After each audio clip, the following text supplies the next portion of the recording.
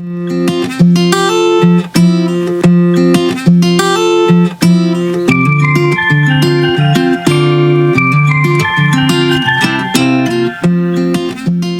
amados, vamos a hablar de este sermón, de la cena a la cruz. Un amor hasta el fin. De una cena de celebración, de una cena de amigos, de una cena de despedida hasta la cruz. Y vamos a usar el texto de Lucas, capítulo 22, versículos 14 al 20.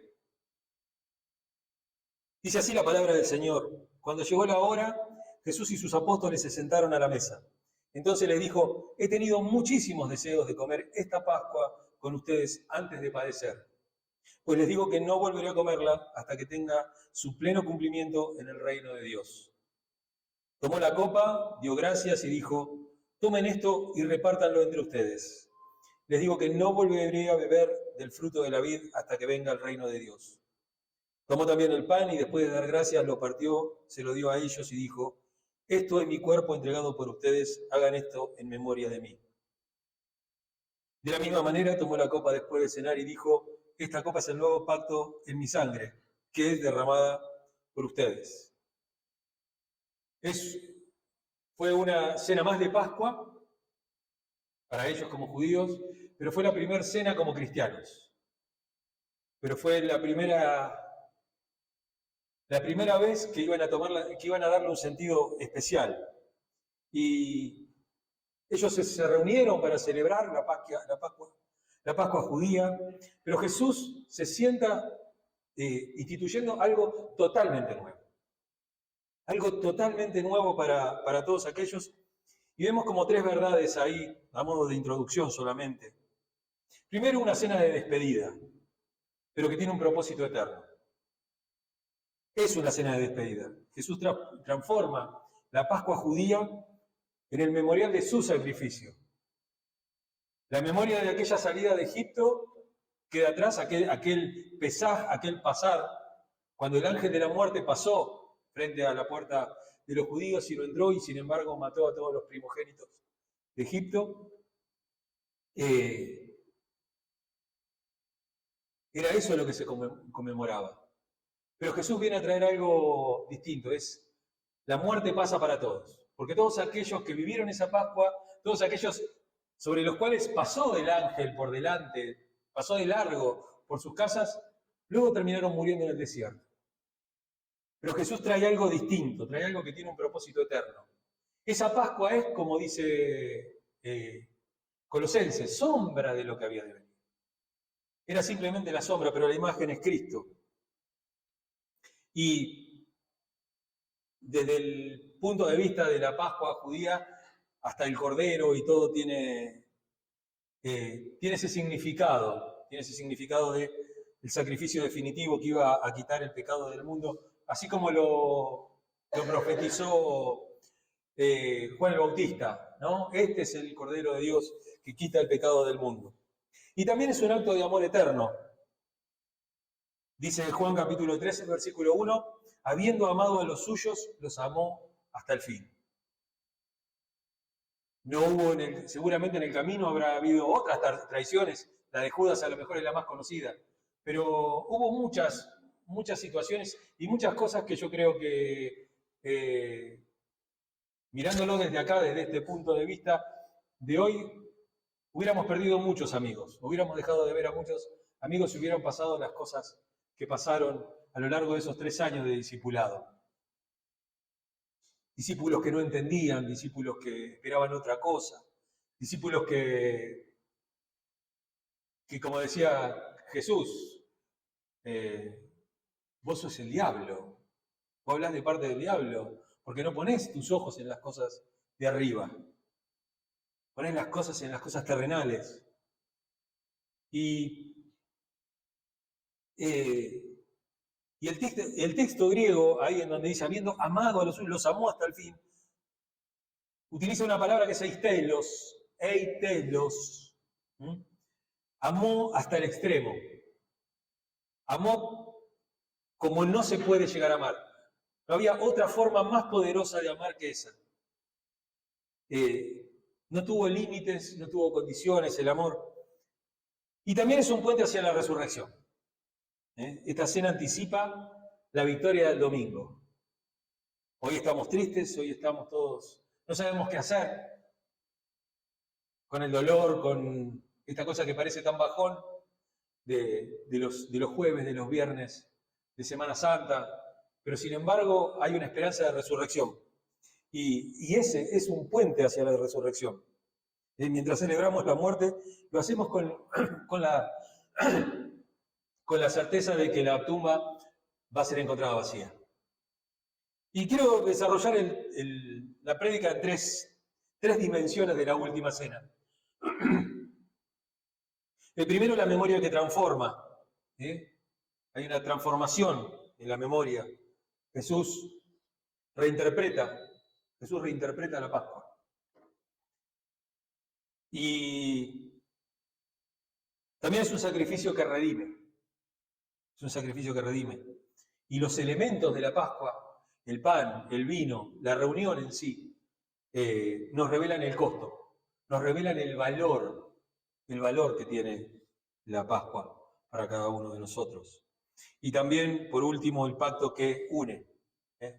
Jesús, por medio de esta Pascua, de esta celebración, de esta primer Santa Cena, va a redefinir también lo que es la comunidad. Va a hacer de todas las comunidades una sola comunidad. Y vamos al punto número 1. La memoria que transforma. Hablamos de memoria en este último tiempo, lo hablamos en los sermones. Tuvimos el 24 de marzo también el Día de la Memoria, y ejercitamos la memoria. En la Biblia es importantísima la memoria. Es importantísimo este tema de recordar, de no olvidar, de no dejar de lado, de volver a traer con nosotros esas cosas que nos hicieron libres, el momento de dónde nos sacó el Señor y a dónde nos llevó el Señor, de las grandes alegrías, de los grandes momentos, y en los grandes momentos de sufrimiento también tener memoria de cómo Él estaba ahí.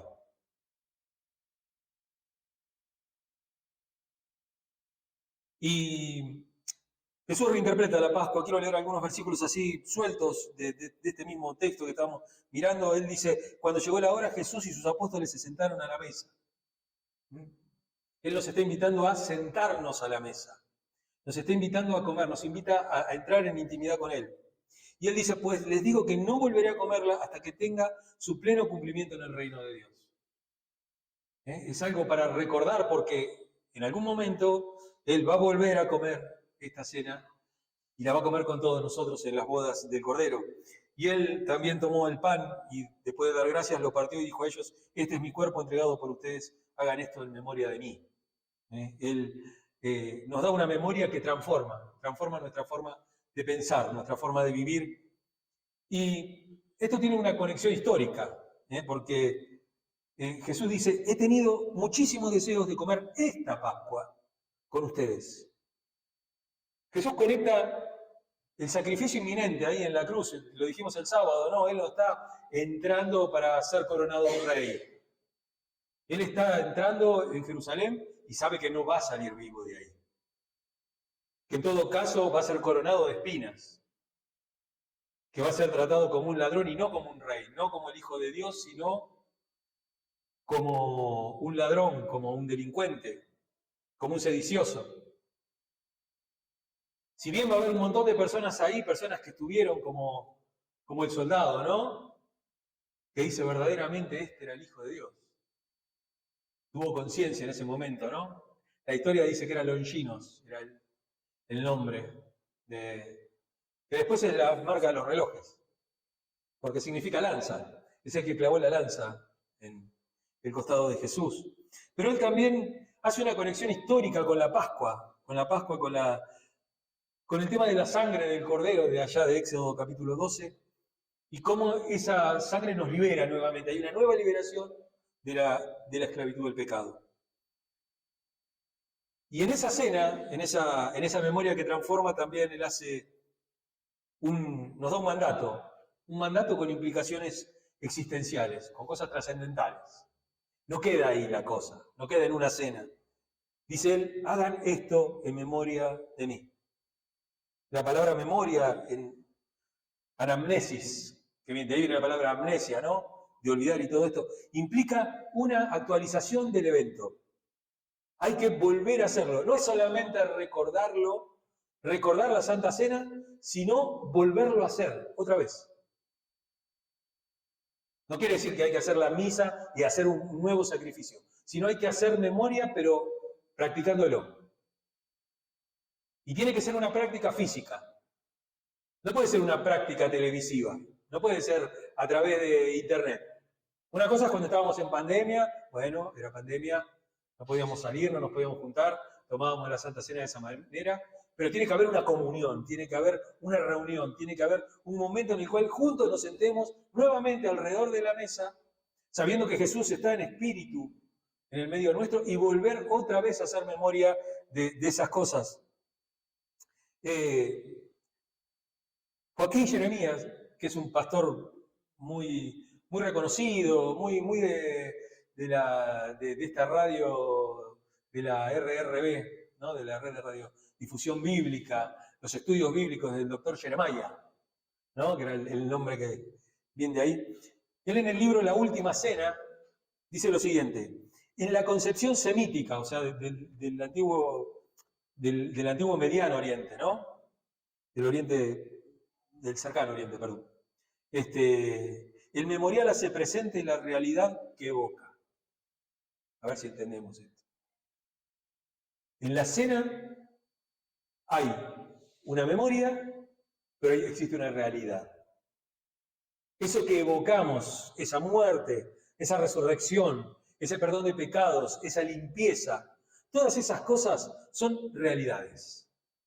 Son realidades en el momento de la cena del Señor. Como son realidades todas las prácticas espirituales. Como es una realidad la oración. La oración, hoy alguien dijo, ¿cómo era? Era por costumbre, por hábito. Y no es por hábito. Es porque es real. Porque es real. Es una realidad. Y también lo que nos llama Jesús con este tema de este mandato, de esta memoria que transforma, es a una actualización constante. Continuamente hay que actualizarse. Continuamente tiene que haber una dimensión comunitaria esencial. No es un acto privado. Yo no puedo tomar la Santa Cena solo. La Santa Cena no se toma solo. Justo después de instituir la cena, Jesús corrige las rivalidades entre los discípulos. Recuerdan ustedes, ¿no? ¿Quién se va a sentar al lado del tuyo de la mesa? Yo me voy a sentar acá, pero yo, entonces, ¿y qué va a pasar con nosotros que dejamos cosas? Ellos estaban pensando en las cosas de ahí. Y estaban pensando en, bueno, a ver quién se va a sentar primero, quién se va a sentar más cerca, quién va a estar más cerca mío, quién. Y Jesús le dice, no es de esa manera. No es así. Por eso Él corrige las rivalidades. Y lo hace por medio de la Santa Cena, lo sienta todo alrededor. Y dice, ¿no ves que yo los elegí a todos? Y uno de ustedes es el diablo. Yo los elegí a ustedes no me eligieron a mí. Yo los elegí. Y ustedes se tienen que amar unos a otros. Porque precisamente cuando hacemos memoria en la Cena del Señor, cuando hacemos esa memoria, Cristo nos une como la familia de Dios. Nosotros nos decimos hermanos. Y después hay otra palabra que es hermanito. Y es una palabra despectiva, porque el hermanito aquel, que hace esto, que el otro. Somos hermanos y a veces tenemos unos proyectos enormes adentro de la iglesia. Y a veces queremos hacer cosas y queremos. Y después cuando te vas dejas de ser hermano, dejas de ser amigo, dejas de ser todas esas cosas. Entonces uno piensa, realmente, cuando estábamos haciendo memoria del sacrificio de Cristo, cuando nos sentábamos alrededor de la mesa como familia, ¿estábamos siendo familia? ¿O estábamos haciendo un rito vacío? Y Jesús nos dice eso. Que nos tenemos que unir como familia en la Santa Cena. Por eso es un recuerdo que transforma. Y Alexander Schmemann dice Por la vida del mundo, dice, la Eucaristía es la Santa Cena. No es un recuerdo del pasado, sino la actualización del único sacrificio de Cristo. Es continuo.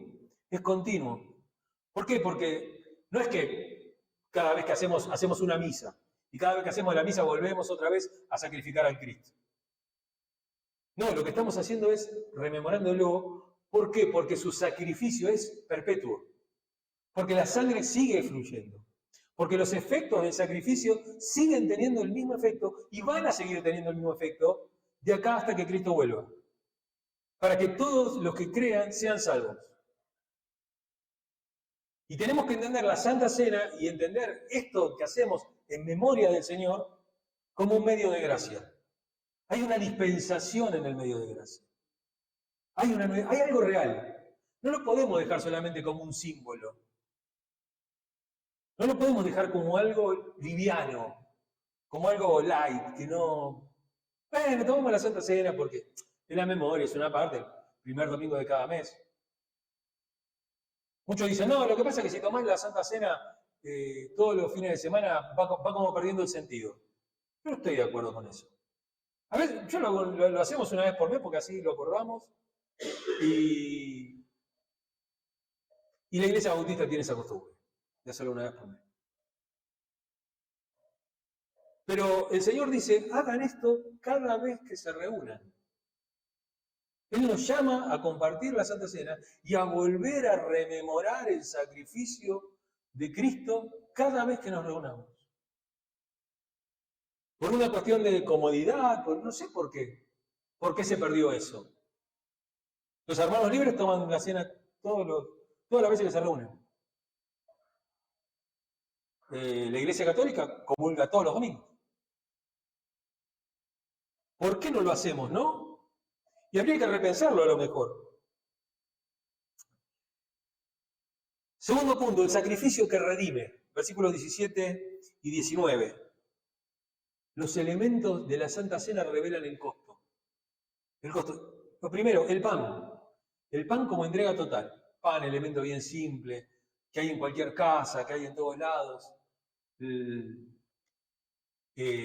Más o menos se calcula que por allá por el medioevo, cuando analizaron las cosas que dejaron la gente, habrán analizado alguna cosita que quedó por ahí, más o menos consumían casi 1 kilo de pan por persona. Era el alimento básico de la comida. ¿No? Panes de centeno, panes de las galletas medias duras, unas cosas que no tiene nada que ver con el pan suavecito que comemos hoy.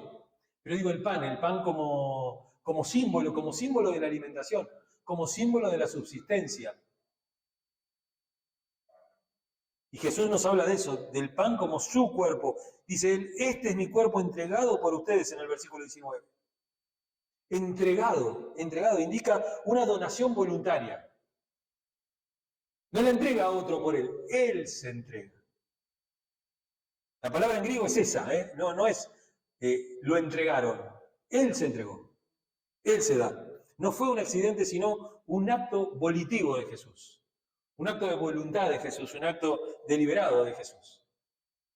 Y también, como está el pan, está el otro símbolo, la copa. La copa. Esta copa es el nuevo pacto en mi sangre. Mientras el Antiguo Testamento requería sacrificios animales, sangre de animales y todo ese tipo de cosas, este nuevo pacto se establece de otra manera, con la sangre perfecta del Hijo de Dios. En Éxodo 24:8 vemos como que continuamente hay que hacer sacrificio. El sacrificio tiene que ser continuo y tienen que ser distintos animales. Y Hebreos también lo dice, Hebreos capítulo 9, verso 12 también habla de esto, ¿no? Habla de que la sangre de los toros, la sangre de los corderos, la sangre de todos los animales que fueron, no podían quitar el pecado, pero que la sangre de Jesucristo lo había quitado una vez y para siempre. Esos sacrificios de animales era barrer la tierra abajo de la alfombra. Estaba ahí, no se ve, pero estaba ahí. Cubría, así como la sangre se rociaba encima de la tapa del arca, del propiciatorio, que era la tapa, así se tiraba, marcaba como la cobertura de los pecados. Jesús los viene a quitar. Aquello que se cubría ahora se quita directamente. No hay por qué taparlo. Los pecados han sido perdonados. Y este sacrificio que redime también nos da otra realidad, y es la presencia real en la ausencia. Jesús está ausente para nosotros. No lo podemos ver. Nos gustaría que esté sentado acá entre nosotros, ¿no? Qué vergüenza venir a una iglesia media vacía, pero digo, qué lindo que sería tenerlo a Jesús. No estaría yo predicando, es evidente. Estaría Él acá hablándonos. Pero qué lindo sería tener al Señor y cuántas veces lo necesitamos. Pero hay una presencia real en esa ausencia. Hasta que yo venga, cuando hacen esto, yo estoy ahí en medio de ustedes. Y Timothy Keller señala en Jesús, el Rey, dice lo siguiente: Jesús está espiritualmente presente en los elementos, no como símbolo, sino como realidad espiritual que nutre nuestra fe. Jesús está presente en los elementos. Yo el otro día hablé, cuando hablábamos de la transustanciación, consustanciación y todo eso. Y son temas teológicos. Pero digo, nosotros tenemos que tomar conciencia de eso. Tenemos que tomar conciencia de que cuando nosotros tomamos la Santa Cena, realmente esos elementos no son solamente símbolos, son símbolos. Lo hacemos en memoria, pero hay una realidad espiritual que nutre nuestra fe. Y que tenemos que tomarla con esa forma de pensar, con esa reflexión. Por eso Jesús dice, porque esto es mi sangre del pacto, que es derramada por muchos para el perdón de los pecados. Y esto nos lleva al último punto, y es el punto de la comunidad. El pacto que nos une. El pacto que nos une. En el recordatorio de la Santa Cena, Jesús nos exhorta. Nos exhorta a dejar de lado las diferencias, a dejar de lado las peleas, a dejar de lado los caprichos, a dejar de lado los pucheros. Nos llama a quitar eso de lado, a dejar todo. No, pero porque yo tengo el llamado y yo tuve la vocación, entonces ahora yo no sé, me parece que si acá no tengo lugar, yo me voy a ir a otra iglesia o me voy a poner una iglesia como quien pone un kiosco. Y Jesús, hablando precisamente ahí, ¿no? En el versículo 27, los dos hermanos peleándose, quién se iba a sentar al lado de él, los reta y le dice, ¿por qué? ¿Quién es más importante? ¿El que está a la mesa o el que sirve? ¿No lo es el que está sentado a la mesa? Sin embargo, yo estoy entre ustedes como uno que sirve. Yo estoy sentado a la cabecera de la mesa y sin embargo me levanto y los atiendo y les sirvo. Y él nos dice, no se olviden que tienen un acceso directo a Dios. Nos dan la confianza para acercarnos y ya no necesitamos intermediarios humanos. Entonces ninguno se puede sentir por arriba del otro. Lo digo un montón de veces y parece que mucha gente a veces me escribe y dice, no, vos no podés decir eso porque entonces, ¿en dónde está el llamado? ¿En dónde está la vocación? ¿En dónde está esto? ¿En dónde está el otro? Mi oración no tiene mayor poder que la de cualquier hermano. Mi compromiso no tengo la obligación de que mi compromiso sea mayor que la de los hermanos. En todo caso tendría que ser el modelo, pero todos tendríamos que tratar de alcanzar una estatura y una madurez espiritual para poder vivir en comunidad, en una comunidad, en la comunidad del pacto. Somos una comunidad de pacto, de este pacto que nos une. Y es una comunidad de servicio mutuo también, que nos servimos unos a otros. Ahí en el versículo 24 están ahí discutiendo, bueno, quién es el mayor, qué esto, qué el otro. Mientras ellos discutían eso, ¿saben qué estaba haciendo Jesús? Estaba lavando los pies de los discípulos. La cena nos llama a servir como Él sirvió. Porque el servicio no se trata de coronas, no se trata de títulos. En todo caso, se trata de toallas. Se trata de calzarnos el delantal y lavar los pies. y servir al otro. Es un servicio constante. Y no es que, bueno, pero el siervo tiene que servir. Sí, el siervo tiene que servir y el hermano también tiene que servir y el que no es... Todos somos siervos. ¿O alguno piensa que es espectador? Dice, ya no son advenedizos, son protagonistas. Son protagonistas de este nuevo pacto. Y la cena nos llama a servir precisamente como Él sirvió. Y también nos llama a ser una iglesia como familia pactada. Mateo 23:8 Jesús les dice, todos ustedes son hermanos. Y realmente la cena del Señor, la mesa del Señor, destruye todos los impedimentos. Destruye la pared esa que nos dividía. De acá para allá ponemos a las mujeres y a los gentiles. Y del otro lado de la pared, los hombres mayores de 12 años, los judíos adultos.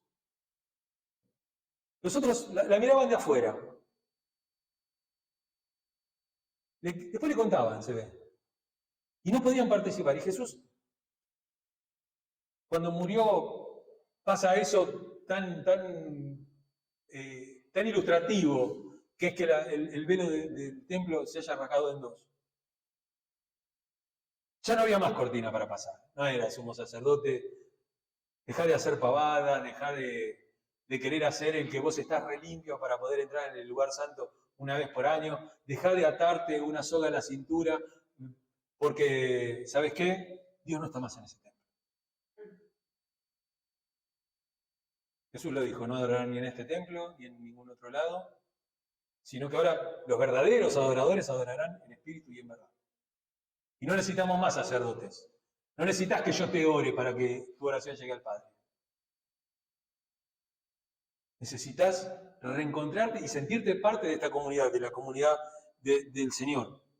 Y como dice Gálatas 3:28, que es nuestro lema, es el lema de nuestra iglesia, ¿no? El Señor destruye todas esas barreras étnicas, esas barreras sociales y económicas. De sexo, pues ya no hay hombre, ni mujer, judío, ni griego. Podríamos decir, ni extranjeros. Porque todos somos ciudadanos del mundo, somos cosmopolitas en Cristo. Porque somos hijos de Dios. Y de Él es el mundo y los que en ellos habitan. Entonces el mundo es nuestro, es todo nuestro. Le pueden poner límites, pueden hacer mapas, pueden tener armas, todo, pero en algún momento Dios va a decir, esto es mío, esto es mío. Y en todo caso lo complicado va a ser, ¿cómo lo cuidaste? ¿Cómo lo cuidaste? Y dice Wright en el significado de Jesús, dice, al participar de un mismo pan, declaramos que las divisiones humanas han sido crucificadas en Cristo. ¿Cuándo vamos a entender esto? ¿Cuándo lo vamos a entender?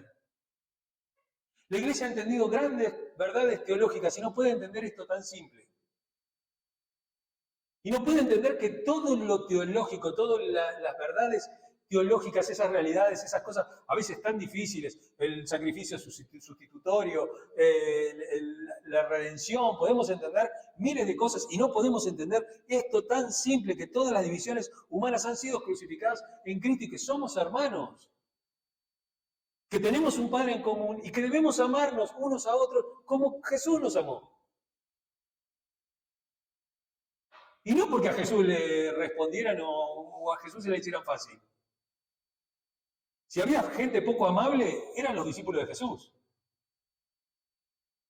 Hoy estaban con él, mañana se iban de vuelta a pescar, pasado querían hacer otra cosa.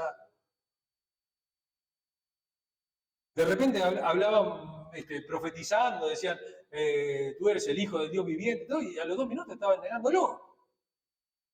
No eran gente amable, eran gente que iba y venía. Eran seres humanos como nosotros, con todas esas miserias que tiene el ser humano. Pero ¿cuándo vamos a entender que esas divisiones humanas, y sobre todo las divisiones humanas dentro de la iglesia, dentro del cuerpo de Cristo? Pablo se hace una pregunta, dice, ¿estará dividido el cuerpo de Cristo? ¿Será que el cuerpo de Cristo está dividido? Porque si está dividido, no es el cuerpo de Cristo.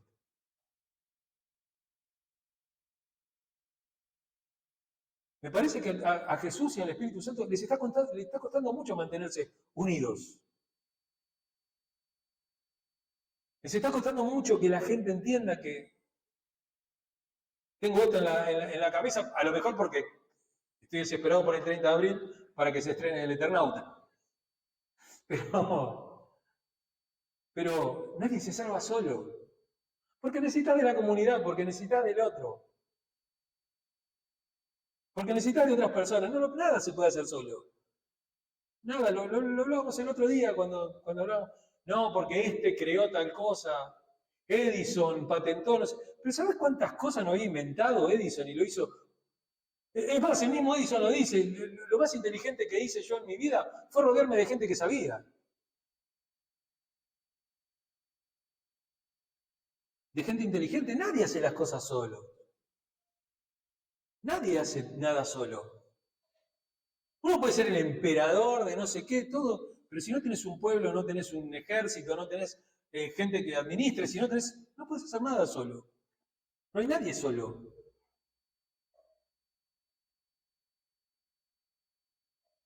Conclusión. Bueno, ¿qué nos pasa a nosotros con la palabra? Tenemos que recordemos con profundidad. No recordemos así por encima. Ah, sí, la Santa Cena es. Ah, sí, la Pascua. Ah, sí, la Semana Santa. Ah, sí, el Pentecostés. Ah, sí, el miércoles de ceniza. Y uno lo entiende y uno lo sabe porque es parte del catecismo, ¿no? Es parte de lo que aprendemos como cristianos. Se supone que aquel que ha sido bautizado, aquel que se está congregando, sabe las cosas básicas, sabe de qué se trata esto, ¿no? No es un catecúmeno, no es alguien que está esperando aprender para poder ser bautizado. No, sabe, tiene claras todas las cosas. Pero, ¿con qué profundidad?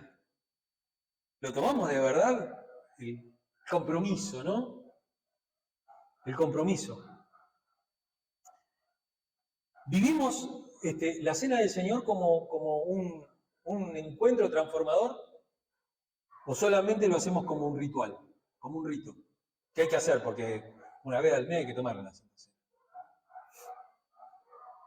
Después, otra cosa, ¿podemos recibir con gratitud? ¿Podemos abrir los brazos y ser agradecidos?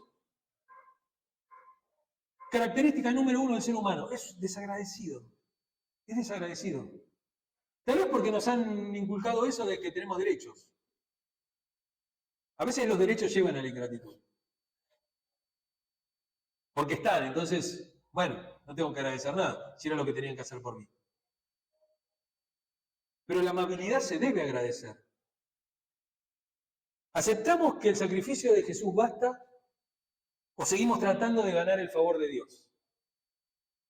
¿Podemos aceptar que nos ayuden? ¿Podemos abrazar? ¿Podemos sentir? ¿Podemos hablar? ¿Podemos pedir ayuda? ¿Podemos ofrecer ayuda? Eso habla de comunidad. Y también tendremos que preguntarnos si nos relacionamos con amor. Servimos como Cristo sirvió especialmente a los menores, a estos, por cuanto eran uno de estos de los chiquitos, de estos pequeños, de estos pequeños que a veces son los más difíciles de aguantar. No estoy hablando de los chicos, de las criaturas. Estoy hablando de esas personas que pasan los años y los años, y vos lo ves en la iglesia, y nunca crecen, y siempre están en el mismo lugar, y siempre están luchando, y siempre están, no, sí, porque pastor, ya voy a ir, en algún momento, y uno lo ve que año tras año, y a lo mejor cada tanto le agarra el ataque de fe y te aparece, y se agarra y se compromete para hacer todo, y dice, sí, yo ahora, pastor, no se haga problema, yo voy a hacer todo, a las 2 semanas no viene más. Y esos son los que tenemos que soportar. Y esos son los que tenemos que aguantar, porque nosotros somos iguales también. A lo mejor no en ese aspecto, en otros. Y quiero terminar con una frase de Monseñor Romero, en una homilía allá por el año 1978. Él decía, la Eucaristía no es un consuelo para los satisfechos, sino fuerza para los que hambrean de justicia. No es para los que están satisfechos, no es para los que están, yo voy a ir a tomar la Santa Cena porque estoy bien. Es para los que no dan más. Es un medio de gracia. Es un regalo, es un nuevo don, es un nuevo empujón de fe, la Santa Cena. Es una renovación en ese cansancio, en ese hastío de la vida, en ese pensar como piensa Eclesiastés, vanidad de vanidades, todo es vanidad, nada tiene sentido, nada importa, ¿no? Esto no tiene sentido. Para esos es la Eucaristía. Para esos es la Santa Cena. Para eso es que Cristo dice, hagan esto en memoria de mí. Porque cuando hacen memoria de mí, fortalecen a estos pequeños, fortalecen a estos que no tienen esperanza. Y si cuando nos reunimos alrededor de la mesa, logramos parecernos a una familia, logramos comportarnos como una familia, logramos amarnos como se debería amar una familia, estaremos acercando a esos que están cansados, ya es todo igual, no vale la pena, es todo igual. ¿Para qué? Pero primero hay que demostrarlo, primero hay que compartirlo, primero hay que entenderlo. Y como es Jueves Santo, mañana es Jueves Santo, medio de bajón viene la cosa, ¿no? Porque es eso, así quedaron los apóstoles. Dijo, esta cena antes de padecer, dijo. ¿Cómo que va a padecer? Estaban todos, no, que sí, que no, que no, si vienen los soldados yo le corto la oreja, no te hagas problema. Todos se entristecieron, ninguno sabía qué iba a pasar. Y todos estaban tristes. Pero como que esta noche va a terminar en oscuridad. Y vamos a quedar como así.